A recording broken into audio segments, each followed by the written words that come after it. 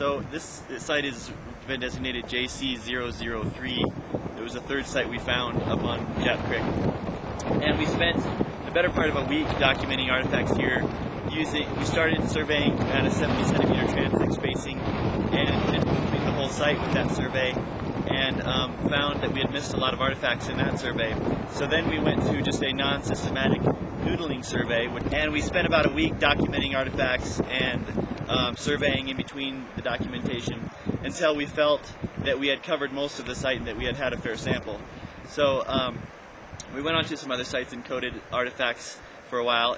last 10 day. So this 10 day we came back and decided to place a modified Whittaker sampling plot within JC003 so that we could test the recovery rates that we had during the noodle survey and what we could find during the modified Whittaker survey, which is a much more controlled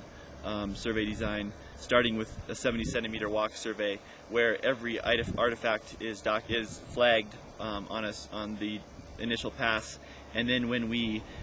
record those artifacts found on the systematic survey, we also will record artifacts that were found during the recording process. We did find a lot of artifacts that were not found during our unsystematic noodling surveys, but also when we sat down to code the artifacts that we found systematically, we found a large number of artifacts just in the recording process, and that was using a 70 centimeter transect spacing that is this distance, which to a lot of our colleagues would be a rather absurd survey distance. So after we do the 70 centimeter survey over the entire modified Whittaker, which is a 20 by 50 meter sampling plot with smaller plots nested within it, we crawl 130 meters within the modified Whittaker, and that we crawl a 100 meter square, which is a 5 by 20, two 5 by 2 meter squares, and then 10 50 by 200 centimeter squares. So even when we survey at the absurdly close spacing of 30 centimeters, shoulder to shoulder, on our hands and knees, crawling across the surface, we still miss artifacts like this, which is a late archaic projectile point that we found while recording artifacts that were located during the crawl survey. So kind of the take-home message of this is that